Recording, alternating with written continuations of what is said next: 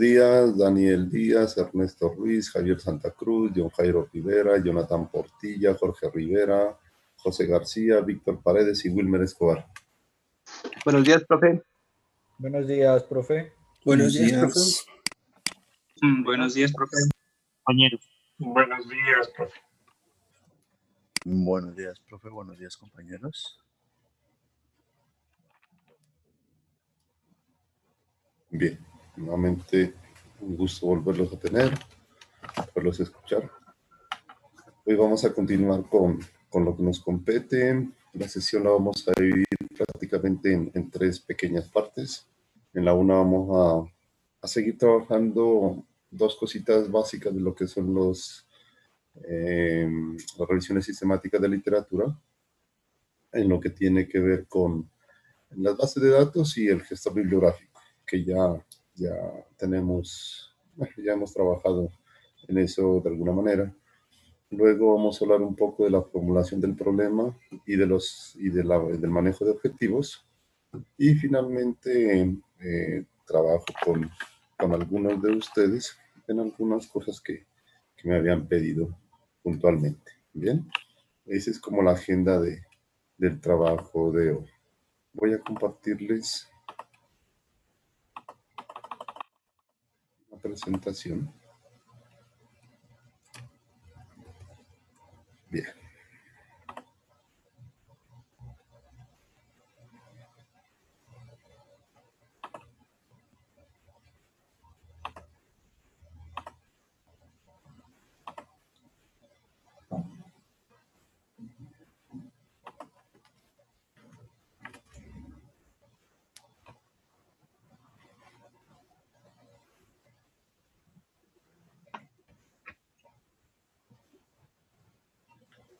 Javier Santa Cruz, ¿me puedes confirmar si ya está la presentación, por favor?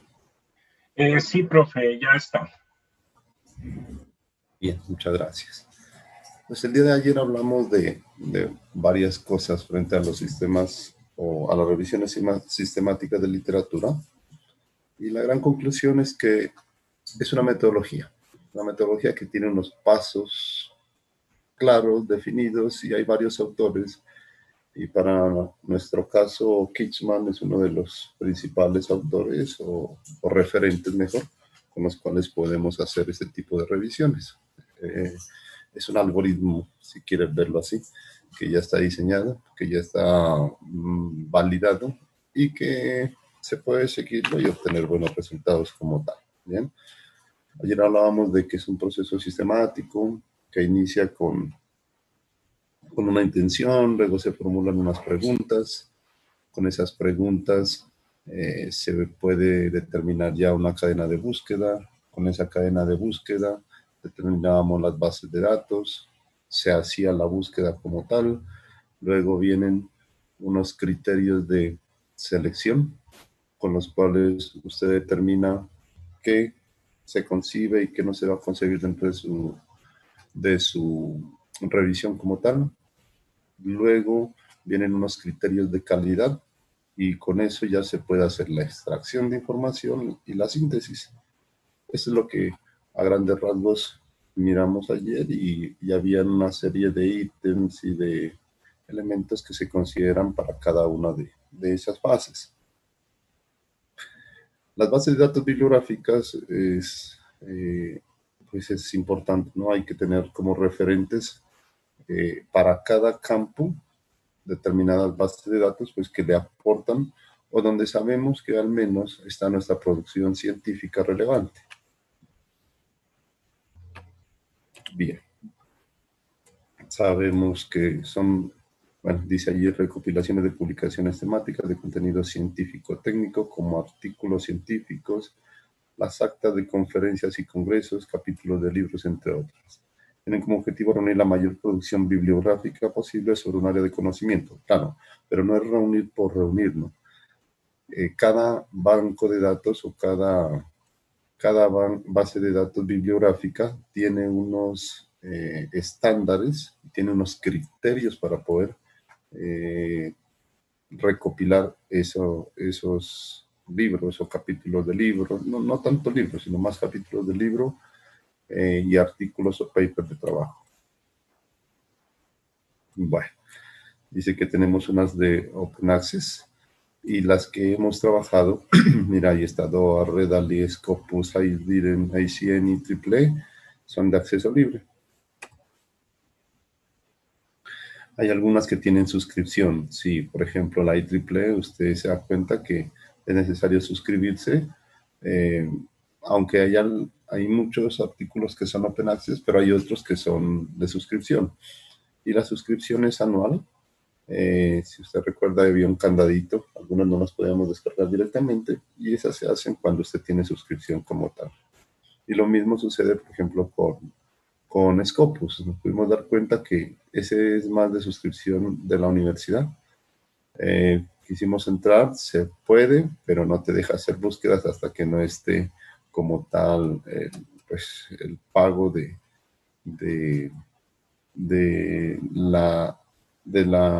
banco de datos como tal. Bueno, estas son generalidades. Miremos un poquito con detenimiento qué es cada uno de ellos de forma rápida. Dice que Scopus es la mayor base de datos de citas y resúmenes de bibliografía revisada por pares, revistas científicas, libros y actas de conferencia. Ofrece un exhaustivo resumen de los resultados de la investigación mundial en los campos de ciencia, tecnología, medicina, ciencias sociales, artes y humanidades. Es enorme. Estos datos son interesantes. Dice, tiene cerca de 23.452 revistas, 5.500 de acceso libre o abierto. Entonces, mire que el resto son propietarias. 294 publicaciones comerciales, más de 852 series de libros, 9.8 millones de artículos de conferencias y más de 120.000 eventos mundiales. En total, más de 77.8 millones de registros. Eso es inmenso y por eso, pues, inicialmente Scopus salió como Open Access, pero cuando ya tienes toda esa cantidad de registros indizados, con calidad, pues ya se dan el lujo de cobrar. Como para que miren un poco aquí, este es el cobro que se hace, son las tarifas que tiene Scopus, mire, cuando se hace o cuando se cuenta con la descarga de archivos. Si usted mira para 2020, esto está en euros, por ejemplo, para descargar cerca de 5.000 artículos, te van a cobrar 51.533 euros. Si tú lo conviertes a pesos, bueno, ya tenemos una cantidad interesante. Por eso las grandes universidades tienen acceso directo y bueno, ellas no van a tener problemas de pago ni de cosas como estas. Pero miren que el acceso a estos bancos de datos son costosos. No todas las universidades podemos tener esas membresías. Tenemos una membresía, por ejemplo, en nuestras universidades, que es de consulta.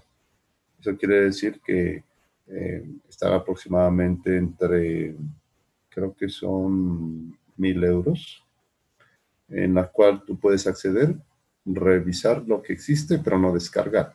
Entonces, ese es una de las tantas licencias que tiene Scopus y que las tenemos, esas sí las tenemos todas las universidades, al menos aquí en Pasto. Bueno, esto es lo que se puede hacer en Scopus como tal.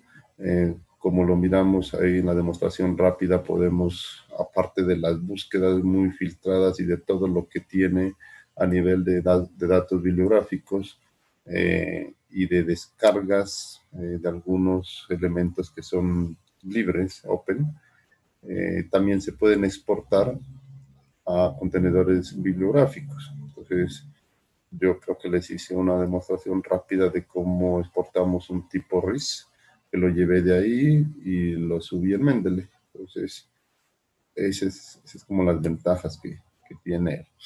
ScienDire también dice que es una plataforma digital y de base de datos que permite consultar las publicaciones de las que probablemente sea la editorial científico-académica más importante del mundo. Esa es del Saber. A diferencia de otros productos de la misma empresa como Scopus, mira, Estamos hablando de la misma empresa con dos grandes bancos de datos. Esa sí no sé quién, no, esa es la parte libre de, no requiere pagos para poder ingresar. Pero tenemos una cantidad un poco más reducida, dice 16 millones de artículos, claro, pues, a gran diferencia de Scopus, que es la que tiene la mayor cantidad de artículos como tal. Pero mira que dice que son 370,000 publicaciones de acceso abierto, 2.500 revistas y 39,000 libros electrónicos. Esta no tiene costos, también tiene búsquedas avanzadas, también se puede exportar.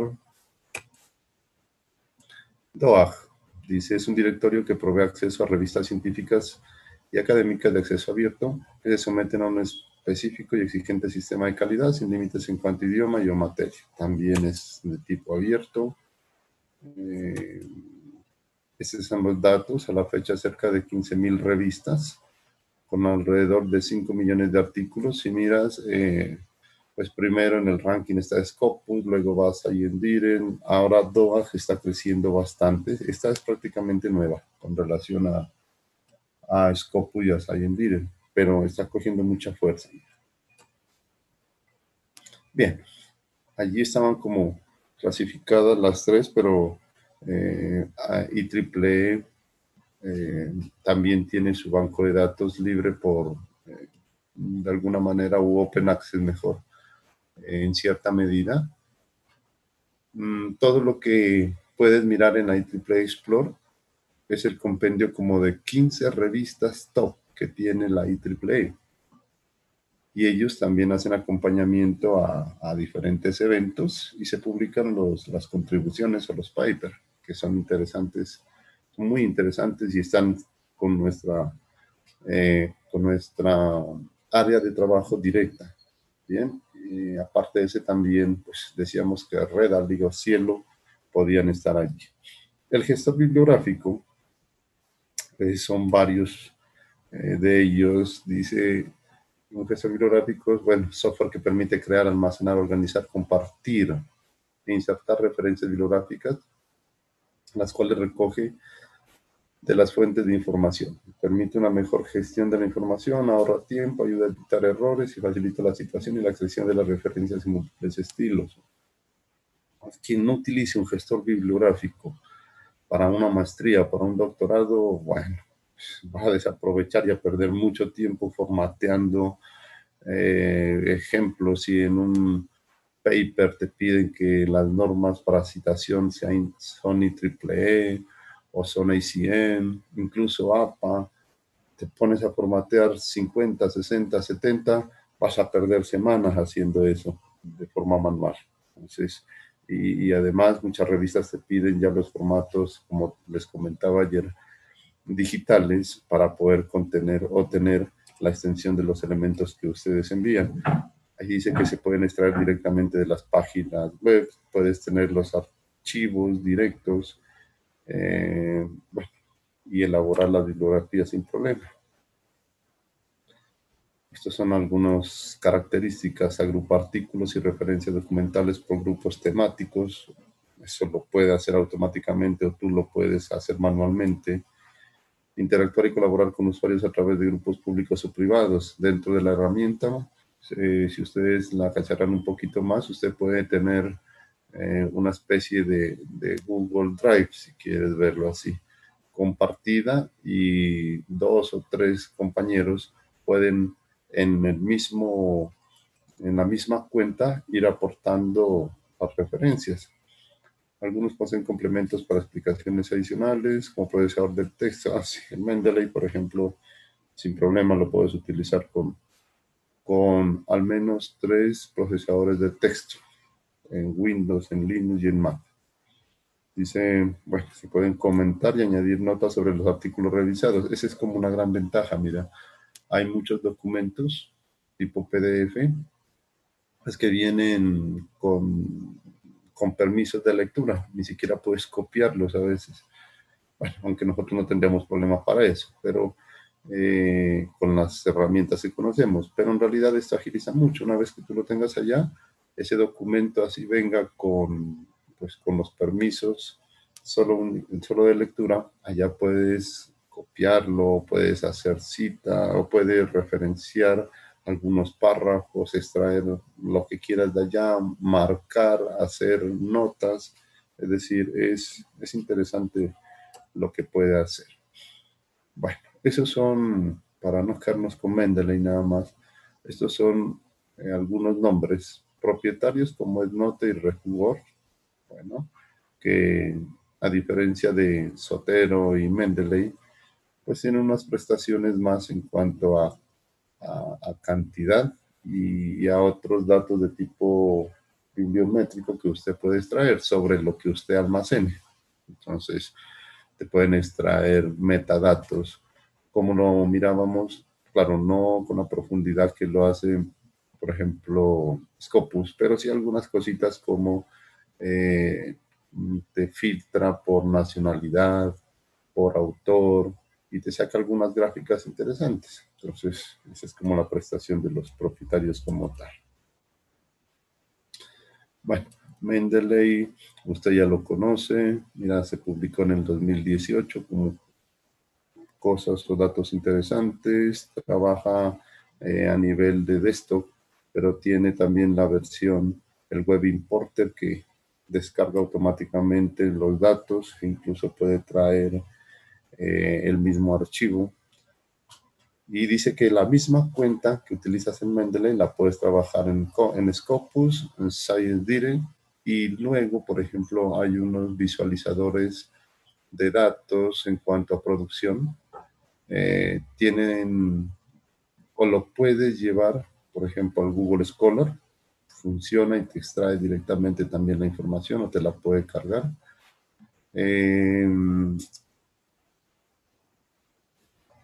Ay, se me fue el otro gestor de información donde tú puedes, no es un gestor, es un banco de datos donde tú puedes publicar o generar tus publicaciones como tal. Bueno, en el transcurso me iré recordando y ya les voy comentando.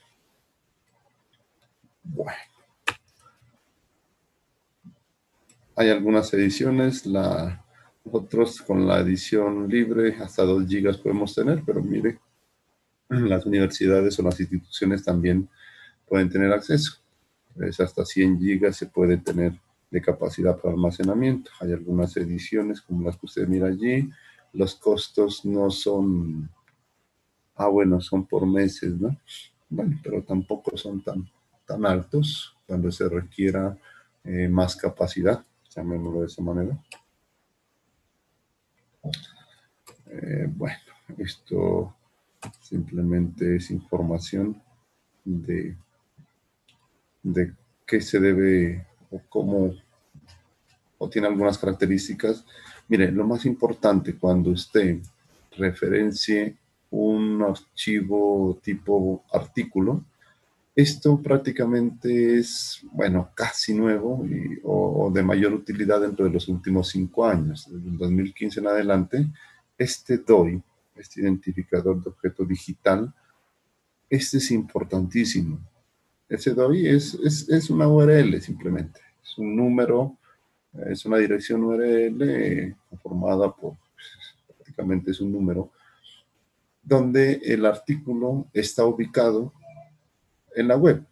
Bien, pero todos aquellos que tienen DOI es porque tienen unos metadatos adecuados para todos los gestores bibliográficos. Entonces, cuando tú tienes un DOI y referencias un artículo que tiene un DOI, tienes garantizado que la carga de esa información, de esos metadatos a tu sistema gestor va a ser al 100%, ¿bien? Porque te sube los autores adecuadamente, el año, la publicación, el volumen, el extendido del volumen, incluso te sube el resumen y la dirección como tal, ¿bien? Entonces, ese DOI es importante. Cuando usted busca artículos, el objetivo es que ojalá tengan DOI. Como les digo, los últimos, al menos los sistemas gestores de contenidos para revistas, ya es una obligación tener DOI dentro de las publicaciones, porque eso determina procesos de calidad cuando se indexan las revistas. Pero en algunos que posiblemente usted los considere importantes, posiblemente unos pocos no van a tener DOI. Entonces es obligatorio al menos tener esa dirección URL. ¿Por qué? Porque cuando tú haces un review, de todas las citas te van a pedir, de todas las referencias que tú tengas, te van a pedir obligatoriamente el DOI, y si no tienes el DOI, tienes que colocar la dirección, la URL, donde está almacenada. Entonces, tenga en cuenta eso, porque eso sí es obligatorio cuando presenta las referencias como tal. Bueno, estos son más elementos. Ahí está el Web Importer, donde tú lo instalas en tu browser y, bueno, descargas directa o te lleva directamente la descarga al Mendeley. Bueno, aquí está en DOAG la información donde está, en el Scholar también. Lo que hace un momento les comentaba, ¿qué más interesante de aquí? Puedes importar, exportar incluso datos a archivos planos. Hay algunas extensiones como la RIS, o también pueden ser TXT, o también puede estar en formato de hojas de cálculo. Los tipos de cita, ese sí, sin problema, ¿no?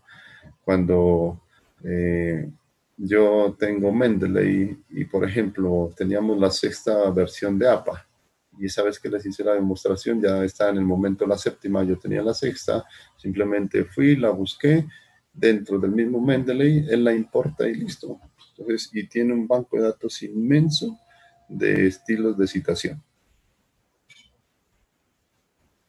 Bueno, esa es la forma como se cita nada más. Eso es tan transparente que usted configura el tipo de cita y él le formatea, y a veces uno ni siquiera se da cuenta en realidad cómo es el formato. Bien, ¿qué más les puedo contar de aquí? Estos son datos ya de ejemplos de cómo citar. Bueno, y finalmente los gráficos de burbuja que están muy de moda en los reviews. Son inventados por Petersen y por allí los mirábamos. Mire, es simplemente un gráfico, así como existen los gráficos lineales, existen los gráficos de barras, los circulares. Este es un gráfico más, que no es que sea obligatorio, pero la gran mayoría de los reviews lo incorporan para informar gráficamente o presentar datos gráficamente, simplemente. Bueno, y aquí ya vienen las referencias. Eso es lo que quería comentarles sobre lo que es un review o una revisión sistemática de literatura. Y no olviden que el paso intermedio a esto es los estudios de mapeo sistemático, que la diferencia es que el estudio de mapeo es más amplio, puede ser más amplio, no únicamente se consideran 5, 3 o 4 años recientes, puede ser mucho más extenso, y presenta las ideas y la información tal cual los autores la presentaron o la informaron. Bien. En cambio, la revisión sistemática de literatura, aparte de eso, tú tienes que hacer cruces de datos, tienes que extraer información de lo que se dice y presentarla de una manera argumentada y por extensión, compilando, por ejemplo, lo que dice un autor más lo que dice el otro, y haciendo elementos de comparaciones o de agregaciones entre los postulados que ellos realizan. Entonces, esa es la gran diferencia pero el solo hacer eso, el solo decir que la autora determina, qué sé yo, un concepto de esta manera y el autor ve de esta manera, es un proceso interesante de lectura y de apropiación que tú tienes que hacer como para poder tener ese nivel de poder complementar, de poder incluso contrastar las ideas y generar de ellas una conclusión. Eso es lo interesante de un review como tal. Esto ténganlo claro, que como van las cosas, todos los asesores que son de la maestría prácticamente lo van a considerar. Bueno, esa era como la fundamentación. Ya les coloco también allí en la presentación la descarga de algunos ejemplos que están al alcance de nuestros profes. Y claro está, si usted busca reviews en cualquier revista, todos van a tener prácticamente la misma estructura. Lo que cambia es la metodología, o sea, la estructura es la misma, pero la metodología posiblemente un autor hace que, por ejemplo, la búsqueda, o mejor, los criterios de inclusión, exclusión y los criterios de calidad llegan y los colocan dentro de una misma etapa, por ejemplo. Hay otros que lo dividen más y cosas como estas. ¿Sí? Kissman, como les indiqué, él lo tiene separados, pero en realidad la gran mayoría llegan a lo mismo. Bien. Voy a compartir, no sé si tenemos o tocamos algo más o haya preguntas sobre lo que es un review, lo que es una revisión sistemática de literatura. Ya hacerlo, ir a la práctica, pues la verdad, cuando se sigue una metodología es sencilla, la metodología es sencilla. Lo que usted demora es en extraer datos, en hacer síntesis, el análisis y en hacer la síntesis. Allí es donde requiere lectura por extensión. Pero cuando uno ya está en el campo que a uno le gusta, pues la verdad es un aprendizaje muy interesante. Bien, y uno lo hace pues con mucha expectativa y con muchas ganas de hacer las cosas bien y va a encontrar y aprender mucho. Así la recomiendo porque como sea usted en su maestría, me disculpa la expresión, tiene que untarse de lo que es una revisión sistemática de literatura o al menos un estudio de mapeo. Bien, porque como les dije, esa es la base para la defensa de su proyecto frente a lo que existe, a las tendencias y a lo que usted presenta como tal. ¿Hay alguna pregunta?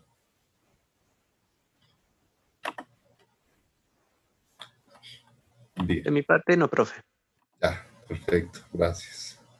Sí, mire, pues la verdad, esto, aunque es la parte teórica, el curso no nos da para hacerlo, ¿sí? Lo ideal sería que realicemos un paper de este estilo y lo presentemos, pero esto podría hacerse, por ejemplo, siempre y cuando nuestra clase tuviésemos unas 2 horas o 3 horas semanales y esté durante todo el semestre. Pero claro, la gran desventaja es que como va a tener, si ese fuese el modelo, tuviese más asignaturas, entonces todo se colapsa o todo se concentra en diferentes actividades y el tiempo va a ser fatal. Entonces, bueno, creo que en los tiempos que tenemos no es posible hacerlo, pero queda la fundamentación porque usted en algún momento, yo lo digo así, de este proceso de maestría tiene que hacerlo. Y así defiende bien como primera medida su proyecto de grado y como segunda medida esa es la mejor forma de caracterizar un proceso investigativo ya cuando usted haga investigaciones como tal. Le recomiendo siempre que inicie un nuevo proceso investigativo, lo primero ojalá ya con un equipo un poco más grande, trabajando con incluso investigadores o investigadores formados o en formación o con estudiantes, organice bien equipos para que estos reviews le aporten mucho a sus procesos investigativos. Bien, lo voy a compartir.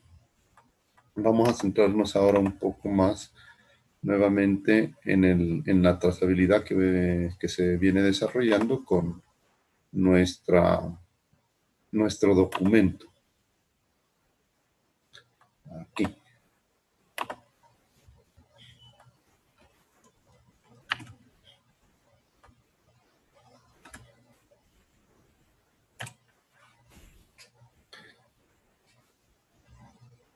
Bueno,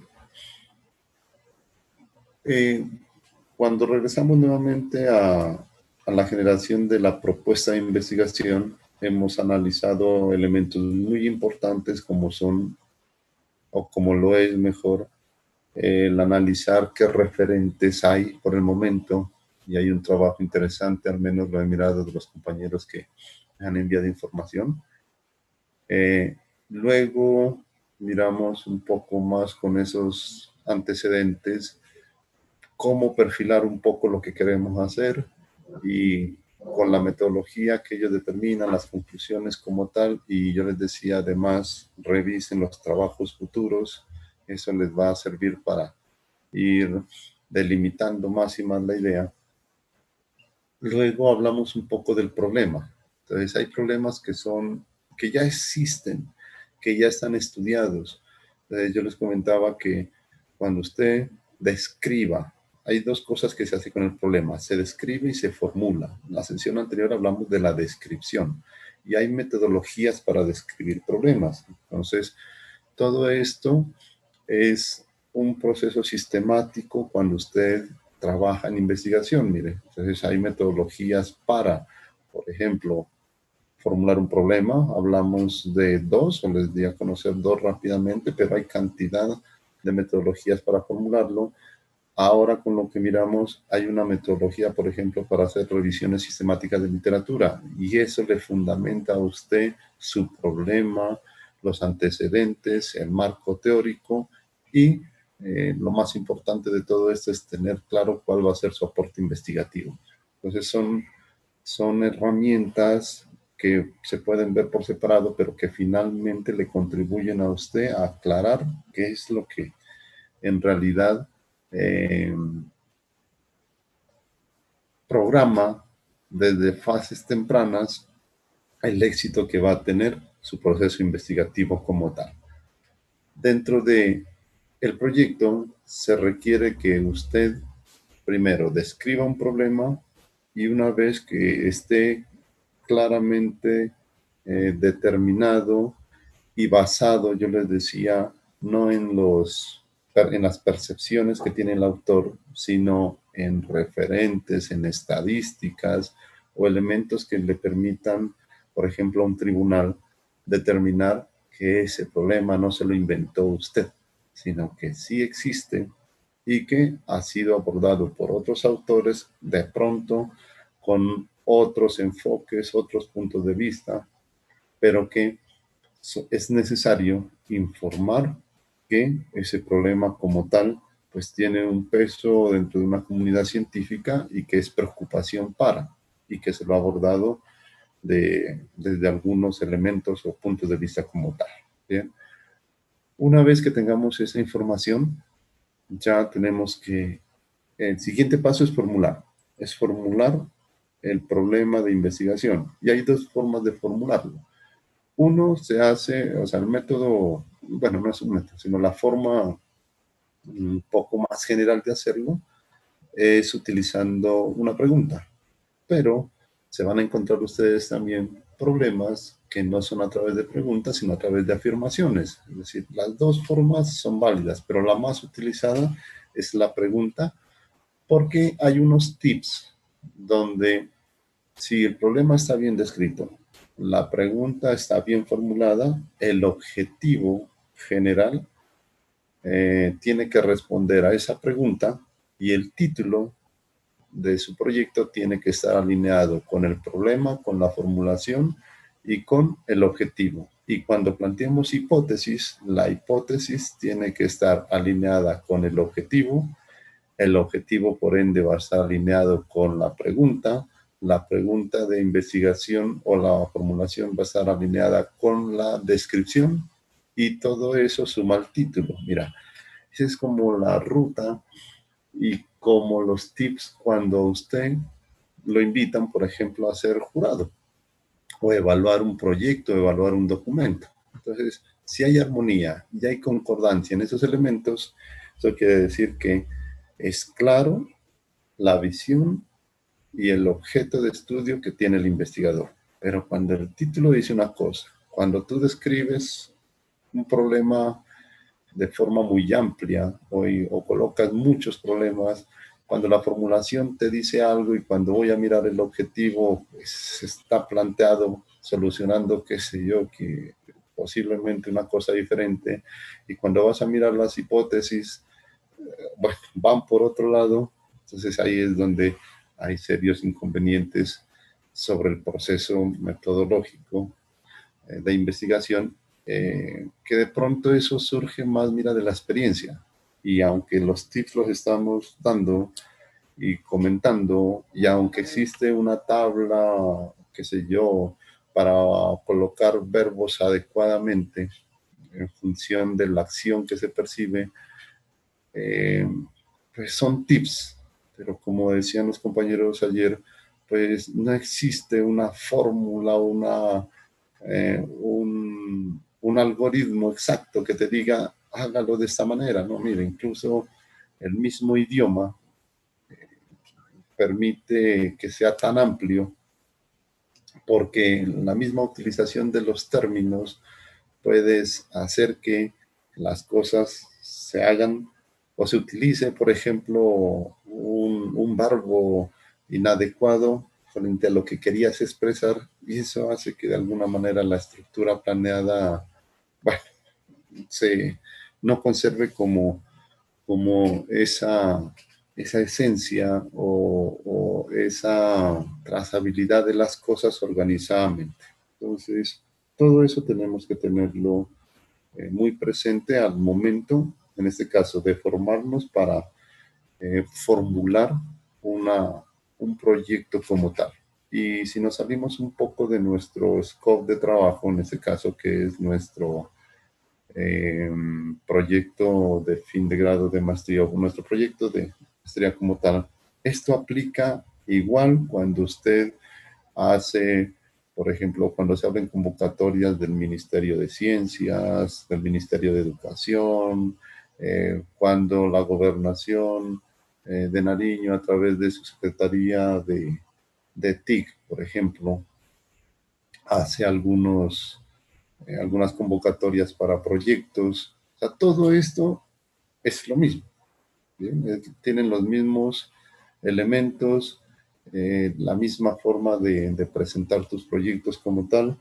Y cuando entes gubernamentales invitan a que te presentes a hacer una postulación A, es lo mismo. Y cuando tú vas a acceder al siguiente nivel, que es el doctorado, te van a pedir lo mismo, ya, pero ya con un nivel de profundidad diferente y aportando ya conocimiento directo, es decir, inédito, algo que debe ser suyo. Bien. La formulación del problema de investigación dice que se realiza a través de una pregunta. En este caso lo vamos a tomar con la forma más general, que es utilizando preguntas. Con dicha pregunta se sabe exactamente el tipo de respuesta que el investigador debe buscar. Mira, o sea, la pregunta que vas a formular tiene que ser intencionada, no tiene que ser abierta, tiene que ser muy clara y muy puntual para lo que tú quieres hacer en tu proyecto. Porque la respuesta a esa pregunta va a ser el objetivo general que tú te propongas. Bien, de una vez dice que conduciéndolo a una correcta reflexión sobre el tema, es decir, es muy intencionada frente a lo que tú quieres hacer en tu proyecto de investigación. Formular un problema de investigación tiene como objetivo establecer el tema que no ha sido explicado y se debe resolver. Claro, o sea, como es una pregunta, entonces al leerla vas a tener cantidad de dudas de cómo es que se va a lograr eso. Y la primera respuesta o solución a esa duda va a ser el objetivo. Claro que el objetivo también, cuando lo leas, va a responder a esa pregunta, pero van a quedar muchas incógnitas de cómo lo haces. Y para eso son los objetivos específicos. Los objetivos específicos tienen que dar cuenta en forma secuencial de cómo vas a lograr ese objetivo general. Y cuando vas a ver las preguntas, o mejor, los objetivos específicos, también vas a quedar en duda en cómo lo vas a hacer. Y para eso sirve la metodología de investigación. En la metodología de investigación previa es donde vas a decir, el primer objetivo específico requiere estas actividades para poderlo alcanzar. Mira, todo está estrictamente organizado para que cuando leas un título, mires los antecedentes, la descripción del problema, luego la formulación, cuando leas la descripción del problema, luego leas la formulación, con eso te hagas una idea con el objetivo planteado, cuando leas los objetivos específicos vas a tener un poco más de claridad, pero cuando leas la metodología de investigación es allí donde tú dices a ciencia cierta cómo vas a hacer tu investigación. Por eso los papers obligan, un capítulo obligatorio de los artículos es metodología o métodos, te dice. Es decir, cómo tú logras encontrar los resultados que vas a presentar. Y allí es donde debe estar el rigor científico para hacer las cosas. Bien. En esa formulación dice que se debe plantear una pregunta que incluya el problema que se irá resolviendo por partes. Dice. Bueno, ese por partes de alguna manera se sobreentenderá porque en la pregunta tú no vas a decir en qué fases o cómo lo vas a desarrollar. No, es una pregunta puntual sobre un objeto de estudio que tendrá que resolverse en el proceso que tú vas a realizar como tal. Estos son los elementos a considerar dentro de esa formulación. Dice que esa pregunta se define con exactitud y claridad en el problema que se quiere resolver. Claro, pero esto y las mismas preguntas de los compañeros decía, pero ¿qué es exactitud? ¿Cómo defino una exactitud dentro de algo que apenas estoy tratando de comprender y quiero hacer? Entonces, aunque yo les decía, pues metodologías como tal, puntuales para hacer ciertas cosas, pues no las vas a encontrar como una fórmula ideal para hacerlo, pero sí algunos tips, ¿no? Pero como tal, en estos momentos donde tú te estás formando, tu fórmula mágica es el asesor. Él te dirá qué tan exacto estás definiendo o estás formulando, por ejemplo, esa pregunta y si es clara frente a un proceso, porque no digamos mentiras, cuando nosotros arrancamos, y eso nos pasa a todos, tenemos cantidad de dudas, queremos hacer muchas cosas interesantes, pero tenemos factores determinantes como tiempo, ese es quizá el factor más problemático porque aunque se quieran alcanzar muchas cosas, hay que saberse medir en el tiempo. Y como les dije, miren, el aporte, o sea, no vamos a cambiar el mundo. Con esa fue la primera frase que mi asesor me comentó en su momento, me dijo. Entonces yo iba con una expectativa enorme, claro que la expectativa hay que tenerla, pero con los tiempos, hay que ser realista, con los tiempos que tú tienes dentro del proceso investigativo, hay muchas cosas que vas a tener que dejarlas en stand-by para una posterior versión, si lo quieres ver así, y esa posterior versión se puede llamar perfectamente el doctorado, donde puede hacer muchas cosas, porque allá tenemos al menos unos 5 años, a diferencia de 2 que tenemos en la maestría para hacer cantidad de cosas interesantes.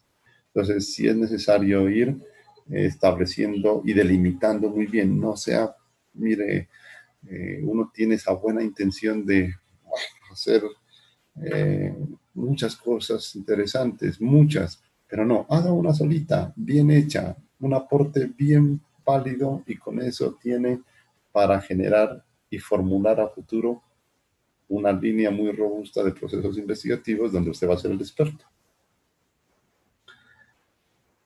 Bien, dice, hay que, claro, formular la pregunta que quieres resolver, o sea, no puedes pensar en algo diferente a lo que no te completa resolver en tu proyecto. Céntrate en un problema en particular. Eso hará que la pregunta no sea general, sino a resolver algo muy puntual. Cerciórate que sea un tema relevante para el investigador. Bueno, en eso sí no disputo, todo lo que ustedes están haciendo es interesante. Debe de tener una posible solución. Está mal redactado allí. Debe tener una posible solución. Si formulas una pregunta que ni siquiera tú sabes cómo la vas a hacer, ya hay problemas. Ese ya es un indicador de que no está bien, ¿sí? Al menos uno tiene que tener un acercamiento inicial de cómo resolver algo, porque si la formulas y en el camino crees que la vas a resolver, ahí se podría hacer, pero con tiempo adecuado, que quizá no lo vamos a tener. Bueno, al menos sí tener una idea base de cómo poder afrontar esa pregunta como tal. Debe incluir la posibilidad de realizar pruebas empíricas y observarse en la realidad. Eso es importante. O sea, a veces muchas cosas quedan en el modelo teórico, pero para nosotros, en nuestra disciplina, sí tenemos que llevarlas a realizar. Mira, pruebas empíricas, yo les comentaba que una prueba empírica, yo pretendo hacer un modelo, o hago un modelo, pero lo pruebo ya con una población determinada, muy limitada, porque por los tiempos, etcétera, pero ya estás haciendo un proceso empírico al menos validado con una población así sea pequeña, pero que puede sacar o puede de alguna manera eh, extrapolar algunos resultados, ¿cierto? Y que con el tiempo posiblemente te das cuenta que ese modelo le faltan algunas cosas, lo vas mejorando y luego lo vas puliendo o lo vas validando con una población cada vez mucho mayor. De eso se tratan los procesos investigativos, pero se debe iniciar al menos con unos elementos básicos. Bueno, miremos algunos elementos que se deben considerar. Dice, las preguntas de investigación deben expresarse claramente y sin ambigüedad, como decíamos hace un momento. Entonces, aquí hay unos ejemplos que pueden perfectamente acoplarlos a lo que usted está haciendo. Entonces, me gustaría que comience como a revisar cuáles de estos planteamientos pueden ajustarse. Mire, qué efectos podría tener algo, en qué condiciones se encuentra un estado del arte o cosas como estas, cuál es la probabilidad de ocurrencia o de no ocurrencia o de éxito o de fracaso. Bien, ese ya es más relacional, mira, cómo se relaciona un proceso que tú estás investigando con otro que ya existe. Ejemplo, cómo podemos relacionar que un software que pretendes o que construyes utilizando una tecnología determinada, ejemplo, pueda contribuir a procesos académicos desde el punto de vista didáctico o enfocados a la enseñanza o al aprendizaje. Bueno, cosas como esas se pueden preguntar. Estoy diciendo generalidades, no tengo un objeto de estudio puntual para tomar o referenciar un ejemplo, pero mire, son planteamientos que pueden llevarse a efecto para realizar algo. Bueno, aquí tomé unos dos ejemplos como para que los vamos asociando un poco más hacia la formulación de una pregunta, de un problema de investigación. Dicen, las preguntas de investigación se debe establecer límites que pueden ser temporales, pueden ser espaciales o de cualquier otra índole dentro del estudio. Bien. Bueno, esos ejemplos, aunque no vienen directamente con nosotros, pero nos podrían dar algunas luces. Dice, ¿cuál es el grado de contaminación del río Pasto por efectos de los productos químicos arrojados a él? Entonces, tú ya infieres, si tú fueses el investigador, de qué o cómo vas a medir esos elementos, en qué puntos del río, en qué momentos del año. Bueno, cosas como esas ya debes tenerlas un poco claras para darle respuesta. ¿Cuántos egresados de la UDENAR en el periodo comprendido entre 2002 y 2008 tienen empresa propia? Bien.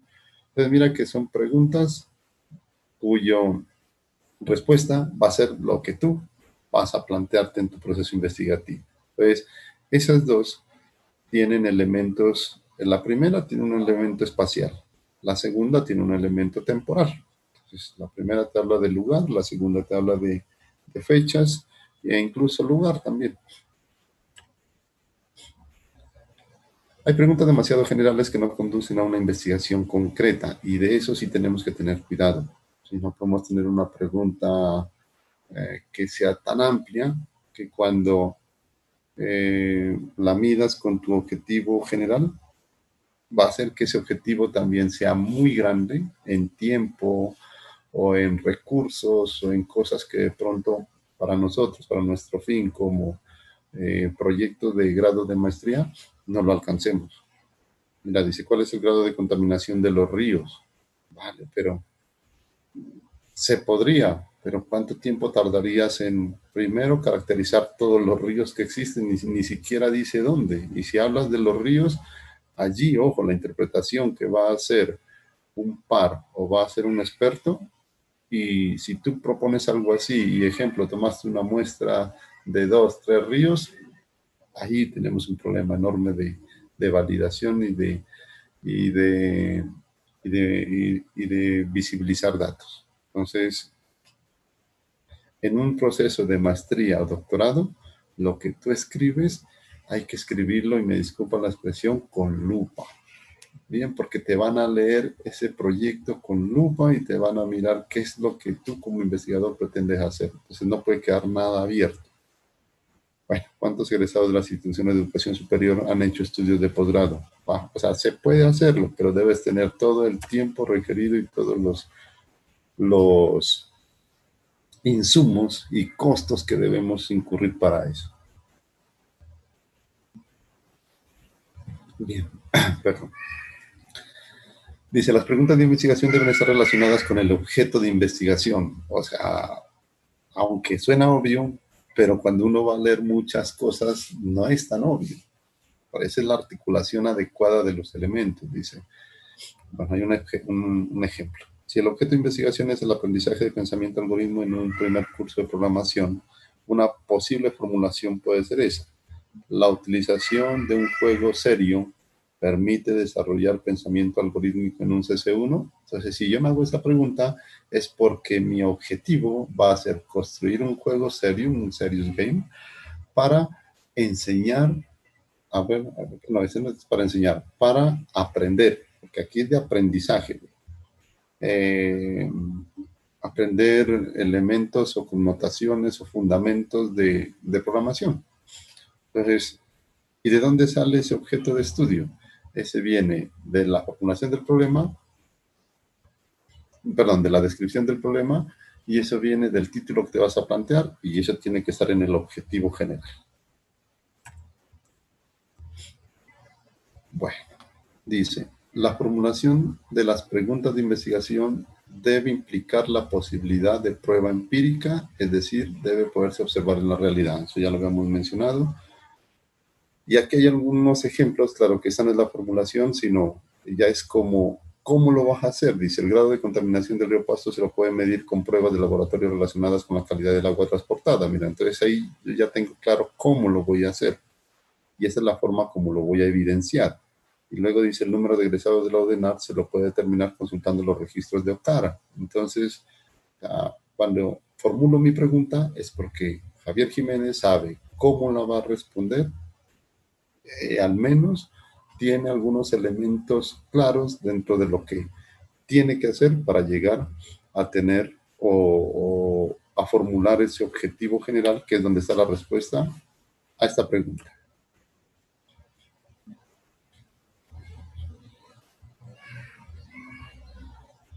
Bien, aquí hay un ejemplo con algunos elementos. Primero está el objeto que habíamos planteado, luego viene la formulación y viene un checklist que necesito que cuando usted plantee o formule su problema, lo tenga en cuenta. Por ejemplo, tomemos el ejemplo anterior. El objeto de investigación es el aprendizaje de pensamiento algorítmico en un CC1. Eso quiere decir que está más relacionado con el estudiante que con la forma de enseñar del docente. La formulación dice, la utilización de un juego serio permite desarrollar pensamiento algorítmico en un primer curso de programación. Entonces, revise esas preguntas que están abajo, si esa formulación es adecuada para, dice, la pregunta es expresada claramente y sin ambigüedades. Bueno, puede ser, porque ahí determina 2 elementos, juego serio o 3 mejor, aprendizaje algorítmico y un primer curso de programación. Profe, Sí. ¿a qué se refiere con juego serio? Bien. ¿Quién me habló? Discúlpeme. Ernesto. Gracias, Ernesto. Qué pena, amigo, que no tengo el control aquí de usuarios. Ernesto, un juego serio es un juego, está dentro de la aplicación de los juegos, pero cuya intención es académica, así de sencillo. donde el estudiante, eso tiene que ver con procesos de didácticas, de aprendizaje a través de juegos, donde el estudiante, pues llamémoslo así, va a creer que está jugando, pero internamente la intención es didáctica, es académica. Y qué sé yo, haciendo determinada acción ya le estás inculcando un concepto. Eso es un juego serio. Bien, y hay una teoría enorme y se han desarrollado muchas cosas. Y eso tiene que ver con algo que se llama gamificación. Y la gamificación es hacer procesos de enseñanza y también de aprendizaje utilizando metodologías que le permiten divertirse a un estudiante. Y el divertirse puede ser con acciones, con juegos, incluso con acciones que posiblemente no son juegos caracterizados, pero que lo sacan como de ese estado clásico, docente transmite, estudiante recibe. Es una didáctica para, para que los procesos de enseñanza y aprendizaje sean lúdicos. Eso es todo, mijo. ¿Listo? ¿Listo, hijo? Listo, profe, gracias. Bien. La segunda pregunta dice, pregunta limitada temporal y o espacialmente.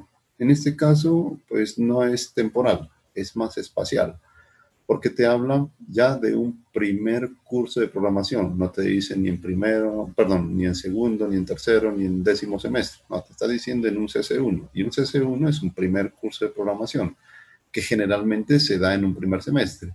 Pero si algunos compañeros que son docentes miran que algunas tendencias, en primer semestre no se da fundamentación de pensamiento computacional, sino de ciencias básicas. Y en algunos programas comienzan desde segundo o tercer semestre a hacer trabajos computacionales como tal. Bueno, eso depende del plan de estudios.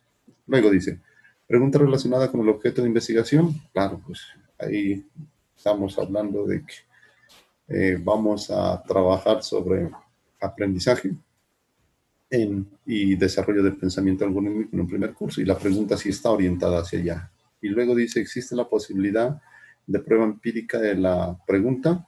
Y eso tiene que poderse observar en la realidad. Claro, entonces yo podría pensar en que voy a tomar dos grupos, un grupo de control, un grupo experimental. Al grupo de control trabajo, por ejemplo, para enseñarles los conceptos de programación con la metodología tradicional, y al otro grupo voy a desarrollar mi juego serio y en la metodología de trabajo les haré partícipes de él y luego evaluaré cómo les va. Entonces yo con eso puedo contrastar al menos de forma inicial los resultados. Entonces mira que a esa formulación, con ese objeto de estudio, esos cuatro interrogantes es necesario que usted los tenga como un checklist, como un tips, son tips para mirar si tu pregunta está bien formulada.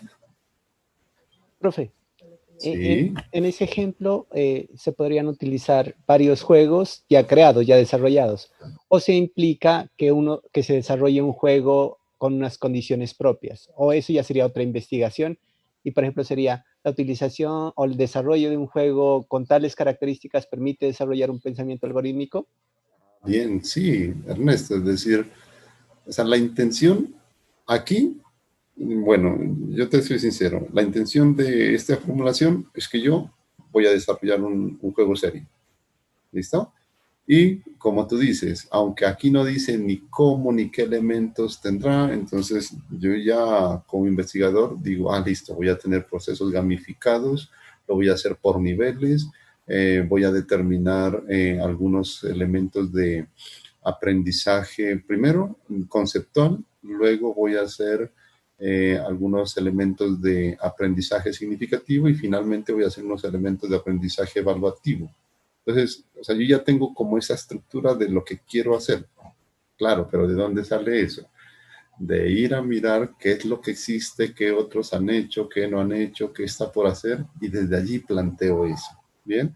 Pero como tú dices, no necesariamente tengo que crearlo. Yo puedo hacer una investigación donde voy y evalúo todos los serious games que existen y digo, el que mejor prestaciones genera frente a estos procesos en un primer curso es tal, es muy válido, ¿bien?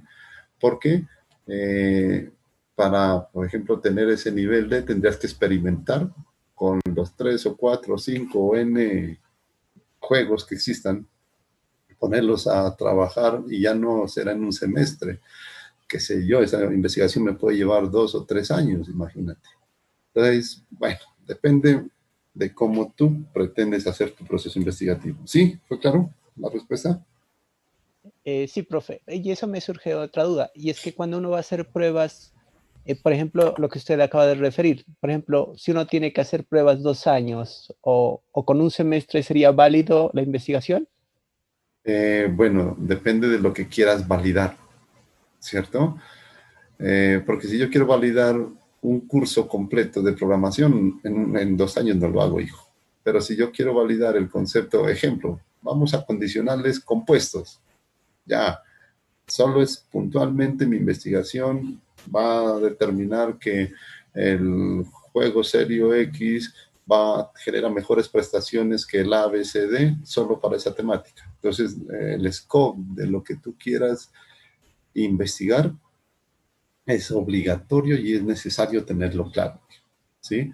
Porque si yo quiero, me voy al mismo ejemplo, si yo quiero evaluar si aprendieron ciclos condicionales, estructuras selectivas, vamos un poco más arriba y tú haces procesos, bueno, solo con esos 3 elementos. Esos 3 elementos quizá te da para más de un medio semestre, ¿bien? Y como necesito focalizarlo, qué sé yo, no lo voy a hacer solo con un grupo, porque ese grupo solo trabajaría con uno de los software que ya existe y tengo 10 software más, eso quiere decir que deberías tener 10 grupos más. Quizá en otras universidades o al paralelo, con el mismo grupo es imposible. Entonces mira que depende de lo que quieras trazar, hijo. O sea, todo depende de la verdad, todo es muy relativo.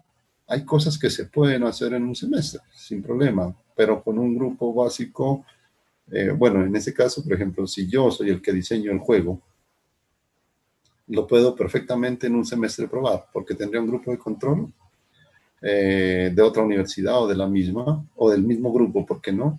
Y el experimental, y lo pruebo allí, mira. Sí, mira, Ernesto me acaba de hacer una pregunta muy interesante. ¿Hasta dónde se deben validar las cosas? Bien. No, y les sugiero, cuando ustedes validen algo, primero no esperen a que todo su proyecto esté terminado para luego validarlo por extensión, ¿no? Y le pongo un ejemplo. Si mi objetivo es construir este Serious Game para enseñar 3 conceptos, lo que es entradas, salidas, condicionales y ciclos nada más. Entonces yo no aspiro tenerlo todo para probarlo todo, no. Yo haría primero, ejemplo, el módulo de enseñar lo que es un condicional y de una vez lo voy validando.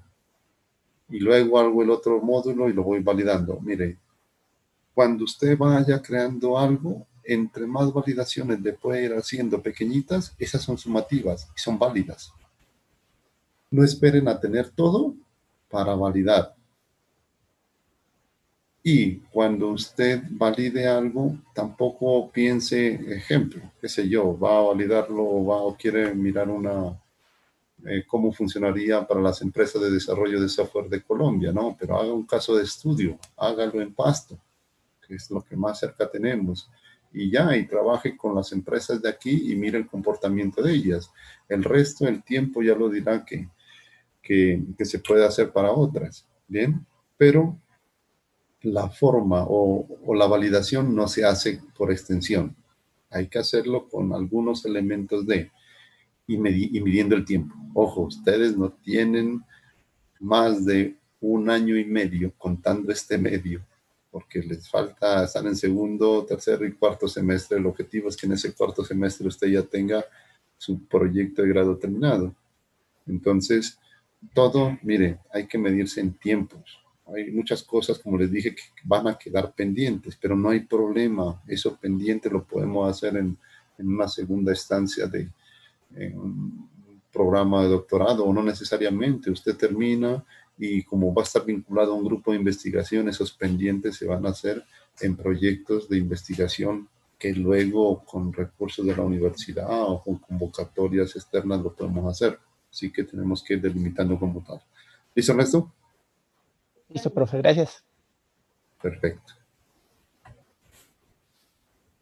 Bien, ahí está como los pasos ya, forma clara de cómo formular un problema de investigación. Primero, pues debes tener un tema, ¿cierto? Luego dice buscar información relevante sobre el tema. ¿Y eso qué es? Son los antecedentes como tal, que ya lo hemos hecho. Luego, plantear el problema que quiere resolver. Eso es describirlo como tal. Y una vez descrito, ya está listo para definir finalmente en el paso 4 cuál es la formulación de ese problema. Entonces, mira que lo que hemos hecho está organizado de tal manera de que como usted ya está inicialmente describiendo su problema, ahora vaya formulándolo para darle solución a través del objetivo general como tal. Bueno, estos son algunos ejemplos como para que no quede en el aire de formulaciones de problemas sin traerles el objeto de estudio. Son generales, mira, ¿qué sienten las personas ante un problema de salud? ¿Qué ocurre en un escenario social concreto? Si ustedes revisan la forma como inicia, es como una pregunta, mira, ¿qué, cómo, por qué? Bueno, cosas como esas que son, no es un lenguaje, llamémoslo estricto, ni un lenguaje que tenga que tenerse en cuenta para formular, no, una pregunta como las que comúnmente utilizamos, pero intencionada a lo que queremos hacer. Bien, esto es lo que quería contarles sobre cómo formular el problema de investigación. Me gustaría que hablemos un poco y charlemos sobre lo presentado.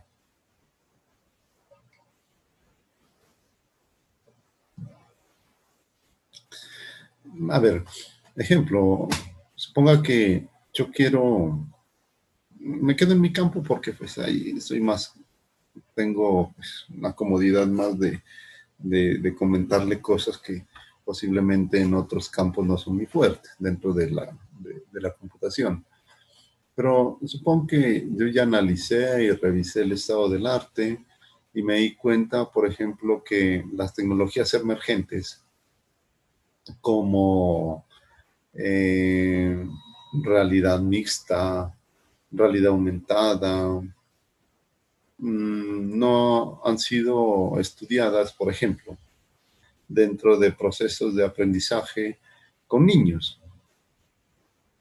Entonces, una formulación de una pregunta, ya pues analizado todo lo que existe, yo podría decir perfectamente si, por ejemplo, el apoyo o realizar procesos de realidad aumentada pueden soportar o pueden buscar o pueden inferir en un estudiante en edad escolar el aprendizaje de una forma más dinámica de una temática. Esa puede ser una pregunta de investigación. ¿Y cuál va a ser mi respuesta? ¿Cuál va a ser mi objetivo? Yo voy a determinar una didáctica, por ejemplo, para que los estudiantes aprendan, bueno, ahí tendría que un poco más delimitarlo, el concepto o aprendan geografía utilizando estos elementos. Yo me puedo preguntar eso y puedo hacer perfectamente una investigación de esa índole y mirar cuál es el comportamiento de los niños, etcétera, ¿sí? Frente a procesos, claro, en este caso, de aprendizaje o de enseñanza. Entonces, vaya como usted en lo que está haciendo y en lo que ha explorado y en los antecedentes que ha encontrado y cómo describió ese problema y lo que quiere hacer, cómo con esas técnicas que quiere implementar Aquellos que están trabajando en ingeniería de software tendría que estar allí el objeto de investigación. Aquellos que están trabajando en lo que tiene que ver, por ejemplo, con desarrollo de lenguajes de programación, también tiene que incluir en esa pregunta ese objeto enfocado, qué sé yo, si yo quiero hacer algo por ejemplo, de inteligencia artificial, yo tengo que decirle allí, si la inteligencia artificial no tanto mejoraría, porque eso de mejorar o aumentar, eso es un poco complejo de medir.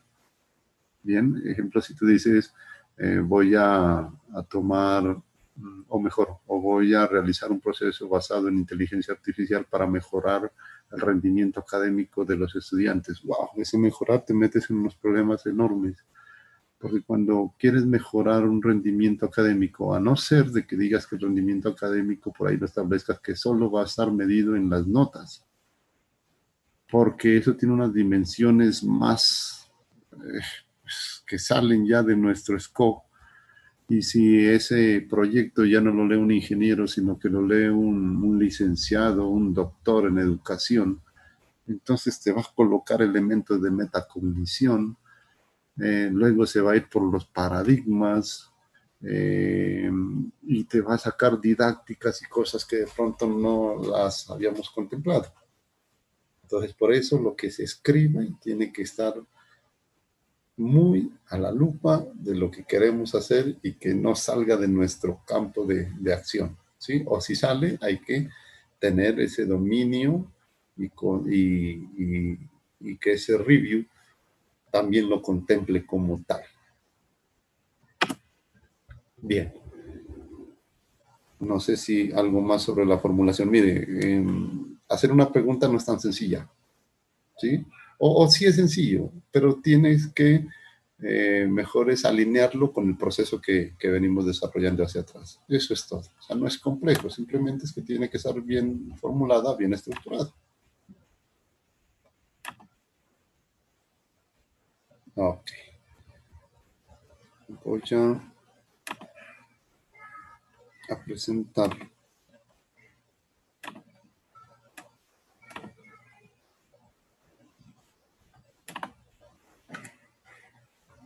La siguiente temática. Bueno, recuento hacia atrás otra vez.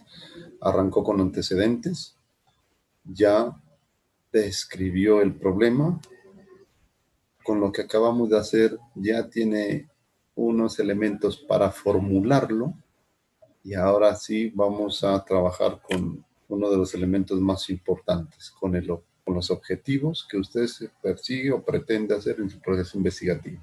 Bien, el objetivo es el corazón de todo lo que se quiere hacer. O sea, es uno de los elementos más importantes, porque muchas veces los jurados que van a hacer van a mirar tu objetivo de primero y de allí comienzan hacia atrás. Con el objetivo van a mirar la formulación, van a mirar si ese problema está bien descrito y con eso alinean o determinan mejor o analizan las hipótesis y si todo eso está dentro de esa gran sombrilla que es el título.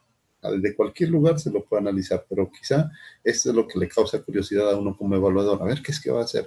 ¿Y eso dónde lo encuentro? En los objetivos.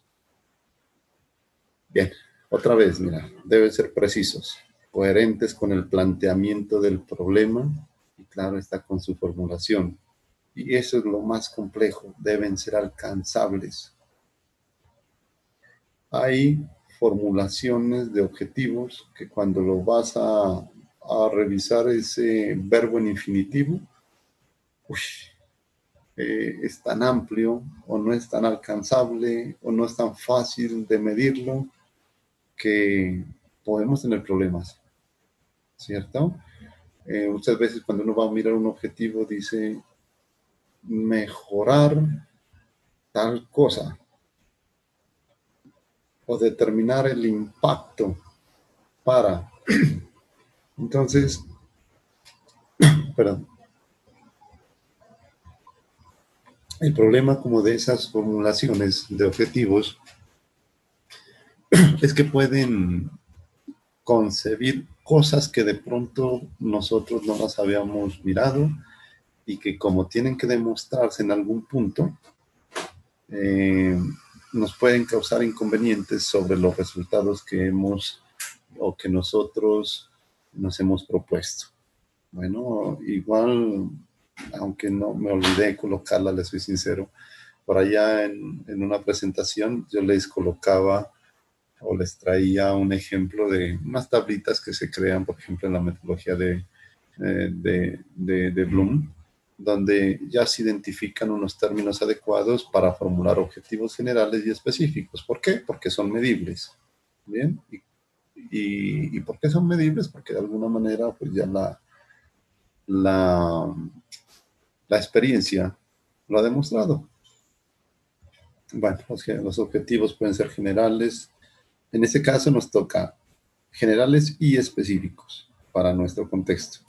Hay que evitar términos imprecisos como, mira, o sea, no puedes arrancar con un objetivo de procurar o comprender. Ese es grave. O sea, es complejo el elemento comprender. Es un error decir tratar de conseguir, intentar descubrir. No, esos no son objetivos. O mejor, ellos siempre van a mirar el primer término, el verbo el verbo que es en infinitivo. El procurar, el comprender, el tratar, el intentar, no son correctos. Bien, objetivo general es la acción principal que se realizará el investigador para responder a la pregunta de investigación formulada. Entonces, la pregunta está en la formulación y la respuesta está en el objetivo general. Ojo, solo debe haber un objetivo general. ¿Por qué? Porque cuando tú dices, y antes era común ver como ese error en nuestros estudiantes de pregrado, allá decía, analizar y desarrollar un software para tal cosa. Ahí tienes dos objetivos. Y no es correcto el planteamiento. ¿Bien? Incluso son tareas que ahora pueden estar dentro de un objetivo mucho mayor. Bueno. No sé si alguien me está escribiendo, no creo. Bien. Objetivos específicos. Dice, yo creo que tengo, me disculpan, creo que tengo abierto aquí cerramos para que no suene tanto. Voy aquí, objetivos específicos. Dice, indican las etapas que se deben cubrir para alcanzar un objetivo general. Claro, hace un momento decíamos que en el objetivo general te propones lo que vas a hacer, pero la forma como lo vas a hacer están en los objetivos específicos. Allá, al leerlos, la lectura de ellos me debe permitir tener claro cómo se va a alcanzar ese objetivo general. Por lo tanto, deben seguir una secuencia y ser de nivel inferior al objetivo general. Ojo, cuando planteas tus objetivos específicos, allí vas hablando ya de la metodología, pero a nivel de viñetas, si lo quieres ver de esa manera. Pero tiene que ser secuencial. ¿Cuál es el primer objetivo específico para alcanzar el C general? Luego, ¿qué debes hacer? Y finalmente, ¿cómo terminarás el proceso? Bueno, el número no hay un estándar que digan tiene que ser 2, 5, no. Generalmente, por lo general, en los proyectos de maestría un estándar es como tener 3, ¿no? Ese 3 sale más es porque alguien lo dijo, no, sino porque cuando tú miras tantos proyectos, miras que por lo general se plantean 3 o 4 o máximo 5. Mire, una recomendación, no plantee tantos objetivos específicos, trate de condensarlos y de minimizarlos. ¿Por qué? Porque tú tienes que dar cuenta de cómo logró cada uno. Y si pones muchos, pues o puedes tener dos inconvenientes. Uno, que no sean objetivos, sino que sean tareas y que se confundan con objetivos. Y ahora miramos la diferencia. O dos, están tan específicos, están tan determinados que cuando vas a dar, igual uno tiene que dar o dar cuenta de ellos, o cómo se lograron. Posiblemente la mejor forma de 2 o 3 que tengan, ellos te pueden dar razón de un solo, bien planteado. Bueno, dice, se deben formular tantos objetivos específicos como sean necesarios para alcanzar el objetivo general. Listo, pero la recomendación que les doy. Aquí dice, ¿qué objetivos no son, valga la redundancia, objetivos de una investigación? Realizar una revisión bibliográfica. En otras palabras, es como revisar o realizar, y eso alguien me lo preguntó, realizar una revisión sistemática de literatura. Eso no puede ser un objetivo. ¿Ven? ¿Por qué? Porque pues eso es una caracterización de algo. Entonces yo necesito caracterizar algo. ¿Y cómo lo puedo caracterizar? Uno, por ejemplo, ella sería una tarea. Aplicando una revisión sistemática de literatura, llegas a una parte y luego con eso tú ya infieres y haces procesamiento de eso encontrado y qué sé yo, lo puedo tener en cuenta para hacer más adelante un instrumento, ejemplo, que lo voy a necesitar para caracterizar. Entonces son dos actividades para un solo elemento que posiblemente sea una caracterización. Error, profundizar en el estudio de algo. No, o sea, eso no es, o sea, eso es una actividad que es un compendio de muchas cosas. O sea, el profundizar no lo puedes medir. ¿Cómo? ¿Cómo mides una profundización en un estudio? No se puede hacer. Comprender la importancia de algo. O sea, el hecho de comprender solo ese término, no es medible. Potenciar el desarrollo de alguna conducta, el potenciar, tampoco es medible directamente. O sea, ¿cómo sé si se potencia o no se potencia algo? Bueno, imagínate, destreza, interés, creatividad, responsabilidad, conciencia, son elementos que aunque existen escalas pero no son escalas, o sea, esto es un proceso cualitativo y hay muchas cosas que todavía no se pueden medir con exactitud, aunque existan aproximaciones. Pero si lo colocas como potenciar algo, wow, es decir, no es medible un potenciar así directamente. Sigue, no son objetivos. Examinar los conceptos sobre un determinado tema, ¿no? Eso es una tarea, tienes que hacerlo. Crear un manual de procedimientos, esa es una tarea. Recuperar los trabajos de enseñanza, métodos, esa es una tarea. Sensibilizar a un grupo o comunidad sobre una determinada acción, esa es una tarea. Aquí hay ejemplos de tareas que no pueden ser objetivos. Un objetivo, como para ir redondeando un objetivo específico. ¿Cómo sé si un objetivo específico está bien planteado? Cuando al menos requiere de 2 o más actividades para poderlo solucionar. Tenga en cuenta esa definición. Allí se convierte en un objetivo específico. De lo contrario, es una tarea o una actividad. Bien. Aquí hay unos tips que usted debe tener en cuenta en la formulación de objetivos. Dice, el objetivo general está redactado como objetivo específico y eso sucede, ¿no? Uno lo mira mucho cuando analiza algunos fases iniciales de documentos de pregrado, por ejemplo, dice objetivo general, desarrollar un sistema de información que mejore, dice algo. Pues ahí ya sabemos que hay un error de medición. Y cuando vamos a mirar los objetivos específicos, el primero dice recolectar la información para realizar el sistema de información.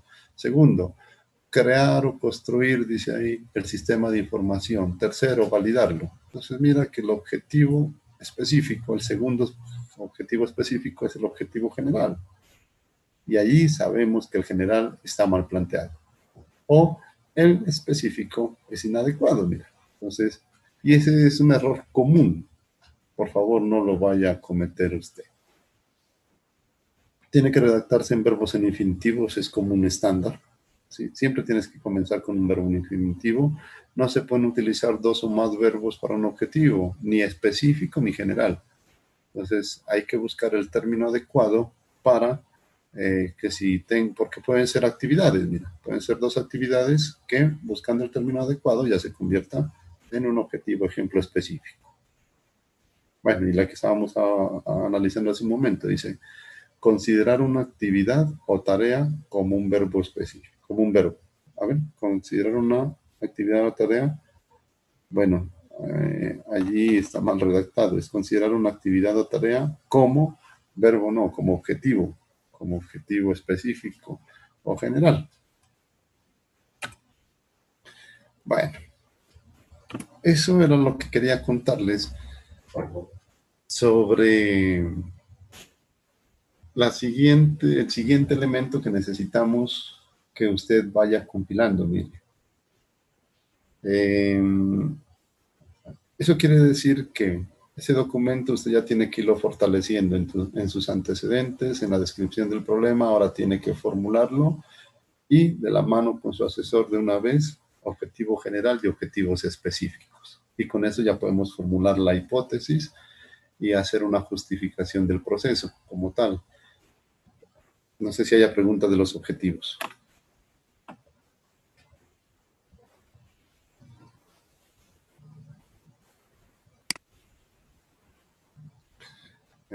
Sí. Jorge, hola.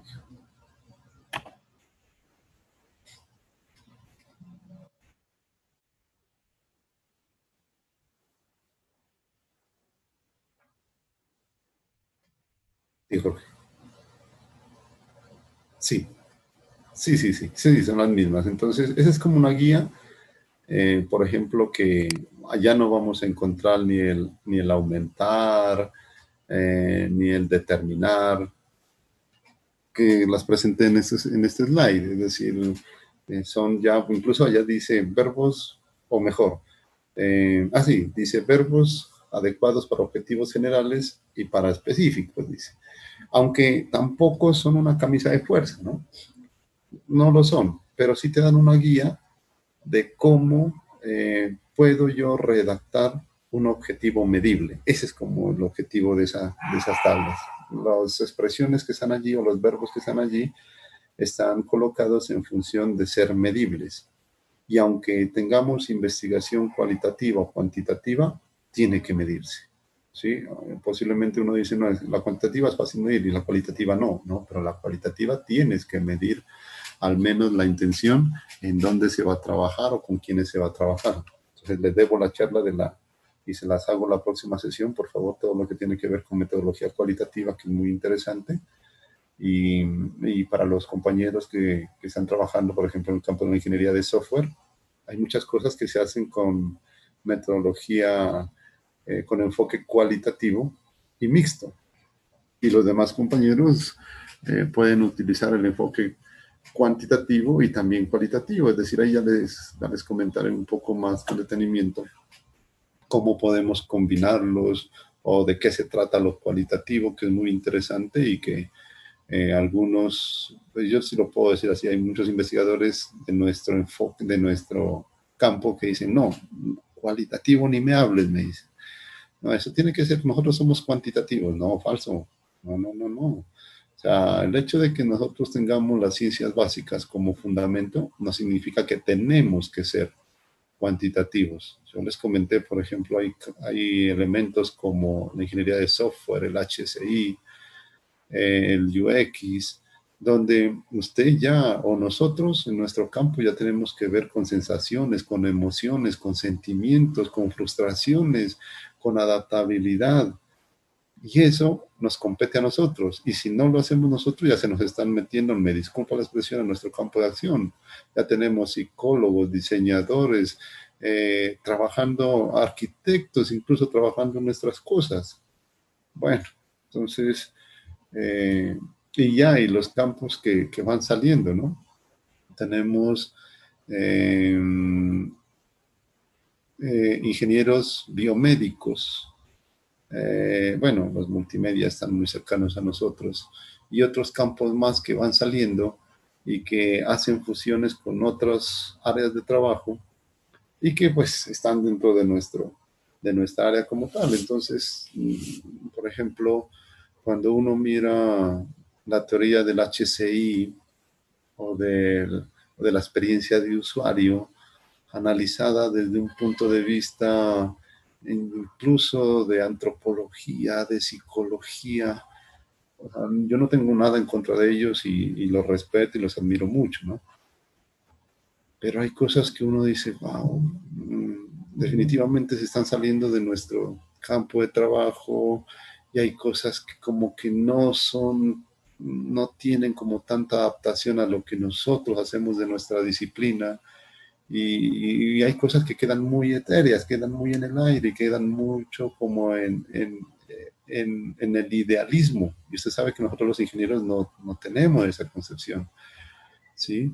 Y de pronto las pintan como futuristas, pero no es no es lo nuestro, ni tampoco deberíamos permitir de que nuestras cosas tengan como ese mercantilismo que le están dando desde otro punto de vista, ya enfocado a cosas, me disculpan lo que voy a decir, que no son tan lógicas como nosotros sí estamos diseñados para en nuestras estructuras mentales para tomarlas, analizarlas, acatarlas y transformarlas.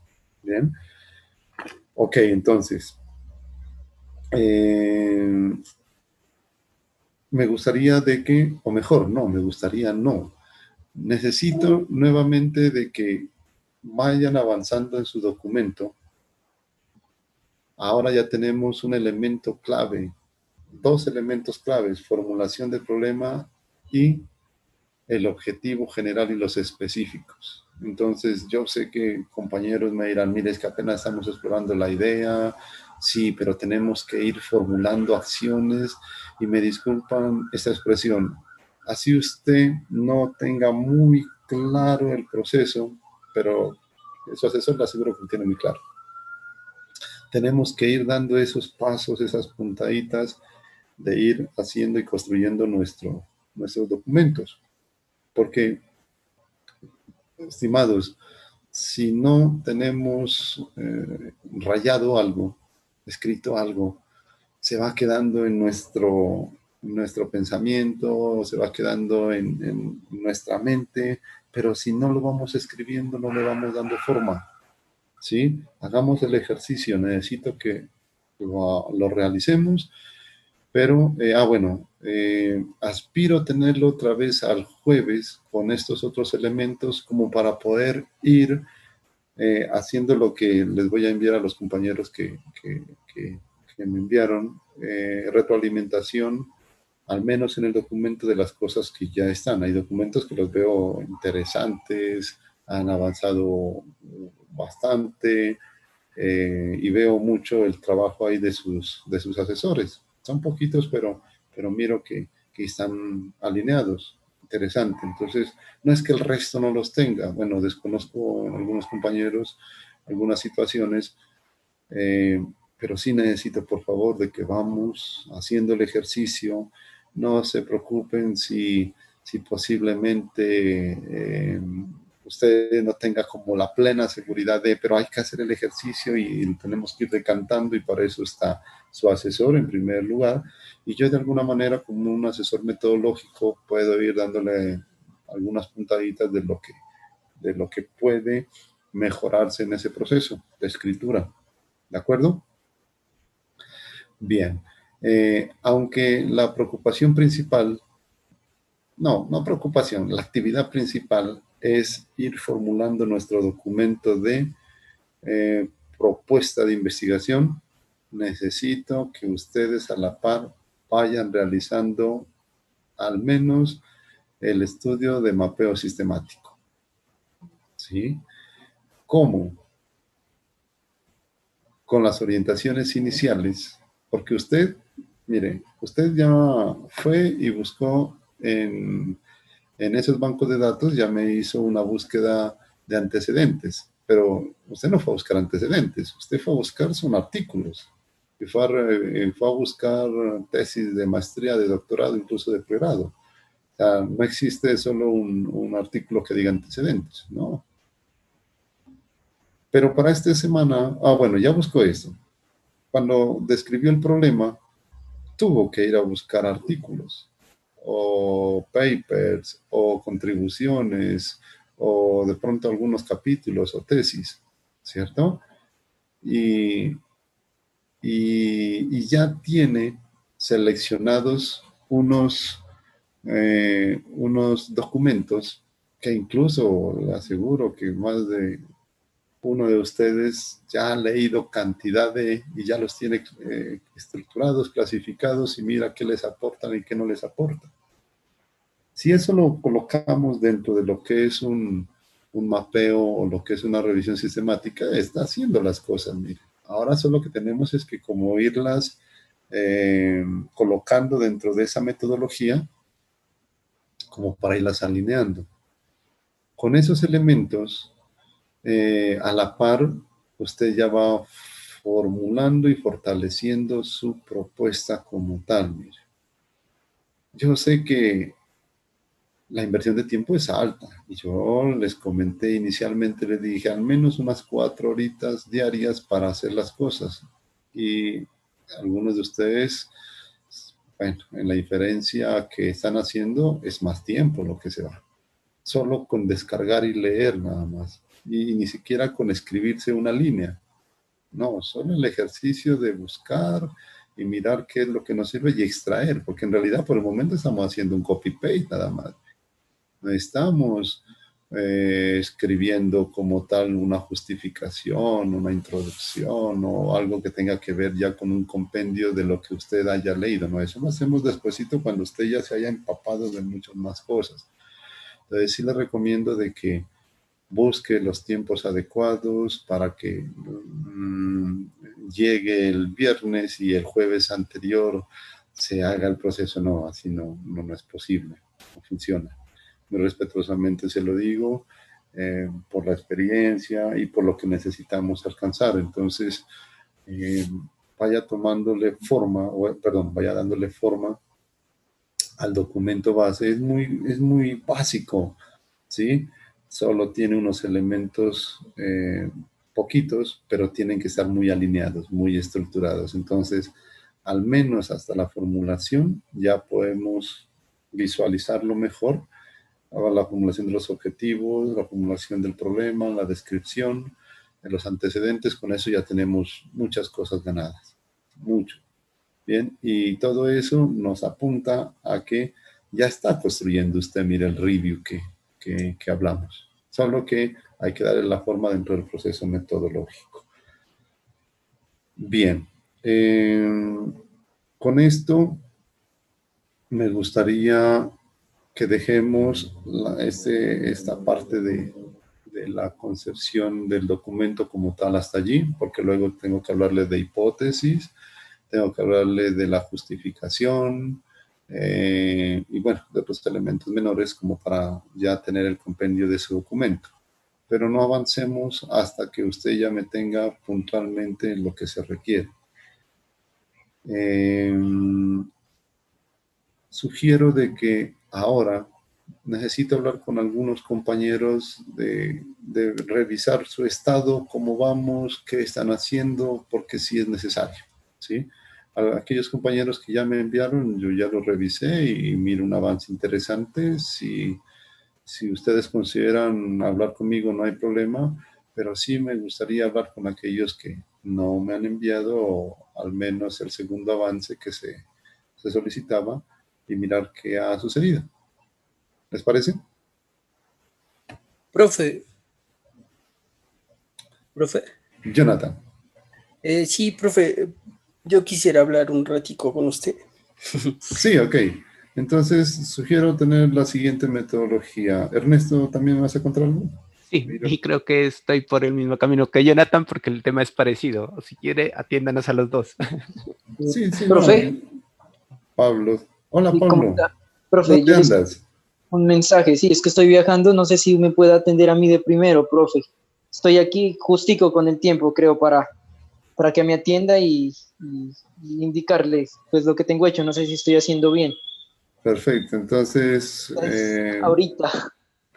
a ver, Pablo está en carretera, por eso es que les pido el favor a ustedes de que les Chicos, den el qué pena, buenos privilegio. días. Hágale, Pablito, hágale. Bien, entonces hagamos lo siguiente. voy a atender a unos 3 compañeros, luego hacemos el receso y luego me quedo con los compañeros que deseen hablar conmigo. ¿Les parece? Perfecto, profe. Bien, entonces, pues con el permiso de ustedes, si alguien no tiene algún inconveniente, atiendo al compañero Pablo que está en carretera y luego voy con los compañeros que lo han mencionado. Si gustan, me levantan la manito y en el orden que está con la manito los voy atendiendo. ¿Les parece? Ok, profe. Entonces, profe, como yo estoy con el celular, ¿le puedo compartir el documento por WhatsApp? Dale, ¿Y usted sí, lo abre allá? Ok, listo. profe. Entonces, Pablo, te voy a mover allí a Ok. la otra sala. Mientras los demás compañeros me van colocando la intención de trabajo, no hay problema.